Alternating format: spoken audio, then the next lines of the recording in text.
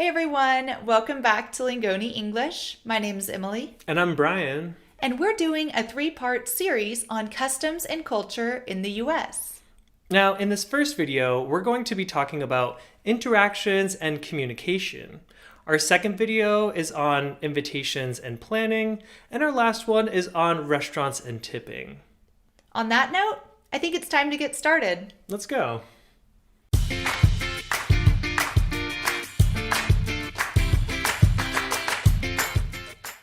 So, in movies and TV shows, you've probably seen how Americans interact with each other.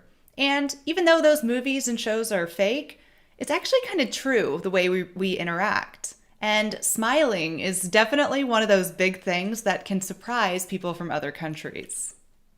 Also, something else that I've noticed when teaching students from other countries is that they're a little surprised by the interaction of greeting each other that some people have, especially when they're sort of walking past each other.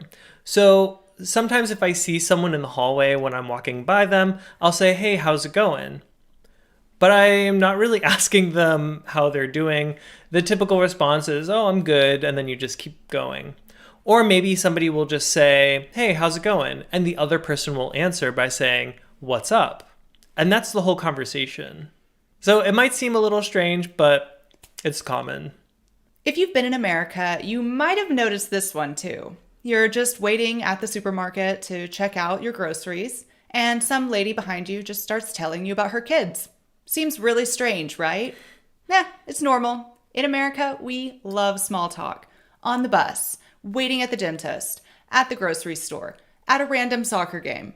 You're just going to probably have lots of tiny little conversations with people that you'll never see again.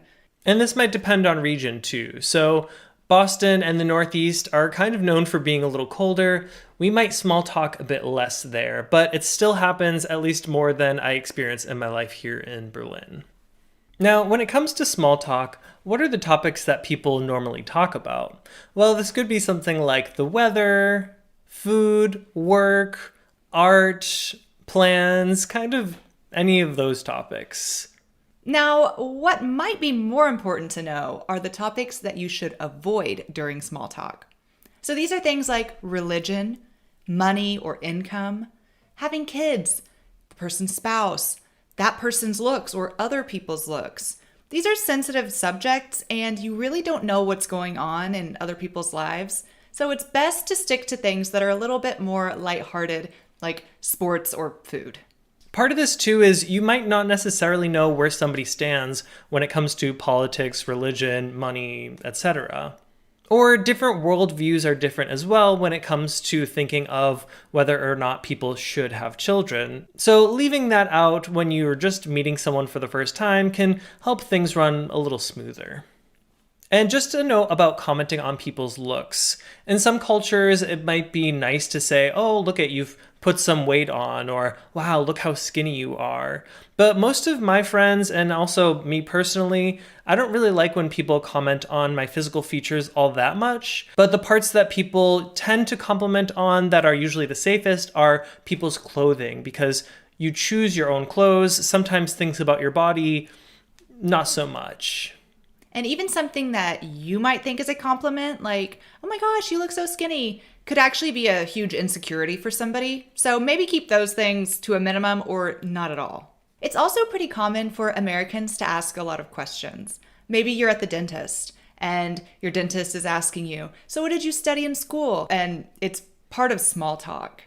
Another question Americans don't mind asking is asking for help. It's not really seen as a weakness in America not to know something or know how to do something. So if you're somewhere and you're confused, go ahead and ask someone for help. Americans typically are very friendly and totally ready to assist you if they can. And this also carries on to when you're in a store, for example. It's very common in American stores to ask questions about a product. Where is the product? What's the quality like? What's the price? This is very common there. And now our next point is on personal space. So in the US, it's usually common to give people around you some space. Even Emily and I sitting so close together, this is probably closer than we would normally sit when we're just hanging out. But when we first started to record together, we always thought it was a little strange to sit so close to each other. And I know this can really vary a lot from other cultures. But I remember when I was teaching a lot of students from Brazil, at the end of the class, they would come up to me and say, "Oh, thank you, teacher. It was really great to, be in your class," or something like that. And they would, touch me on the shoulder. And for me, that was unusual, but they were being warm and kind, and I liked it. I thought it was nice. But you might not see that so much with Americans. On the topic of personal space and touching, it is very common to hug in America. Now, we don't typically do the cheek kiss like in some other cultures. But in business situations, shaking hands is standard, like that, in case you didn't know. And hugging between friends is extremely common. You hug when you say hello, and you hug when you say goodbye. So we hug when we see our best friends, and when you're first starting to make a friendship with someone though, you can kind of play around with that awkward spacing and timing of, okay, do we hug, don't we hug? And if you're not sure, you could say something like, bring it in. And that kind of tells the other person, okay, let's hug, and makes it a little more comfortable. So the next topic is the way Americans dress. Now, America is known to have a little bit more relaxed dressing culture. You'll see people wearing sweatpants, going to the grocery store or going shopping. You'll see people in suits going places. It totally depends on where you're going and the atmosphere. So some people can go to work wearing jeans and a polo, and that's totally cool. And other places, you really need to have a suit or heels on. But you really will see a little bit of everything in America.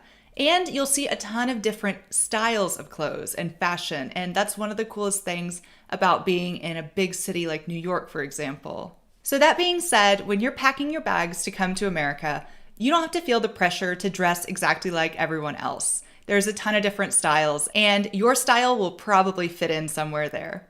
And if it doesn't, that's where individualistic culture comes into play. As kids, Americans are typically taught that they are individuals, they can do anything, their opinion matters, they can be creative.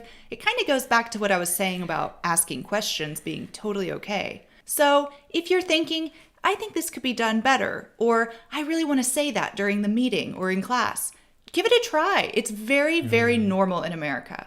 And this also carries over to when you're paying for things. So it's common when you go out with friends, maybe you'll sort of take turns paying for rounds if you're getting drinks. That might be if the food is less expensive, but if it's more expensive, then you're probably going to split the costs and either pay for your own food or just split it down the middle, 50-50.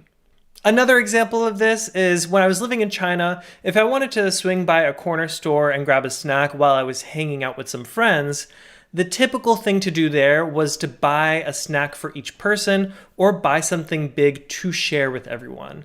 But in the US, you're more likely to just buy one thing for yourself.